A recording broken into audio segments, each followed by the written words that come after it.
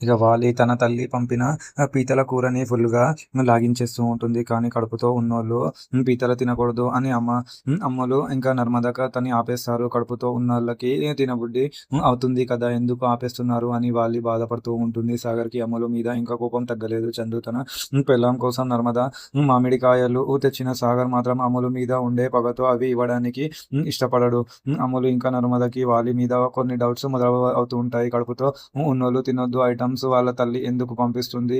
ఇంకా వాళ్ళకి వీళ్ళు ఎందుకు సింప్టమ్స్ సరిగ్గా లేవు అని అనుమానిస్తున్నారు. వాళ్ళకి ఈ అనుమానాలు చూసి గట్టిగా కోపం వస్తుంది. నేను కడుపుతో లేను అని నా మీద నింద వేస్తారా అని రచ్చ చేస్తూ ఉంటుంది. ఛాలెంజ్ చేసి అందరిని తీసుకొని డాక్టర్ దగ్గర స్కానింగ్ చేయడానికి వెళ్తూ ఉంటుంది. అక్కడ పెద్ద ట్విస్ట్ ఏందంటే డాక్టర్ వాలికి గట్టిగా క్లాస్ పీకుతూ ఉంటుంది. నువ్వు అసలు కడుపుతో లేవు.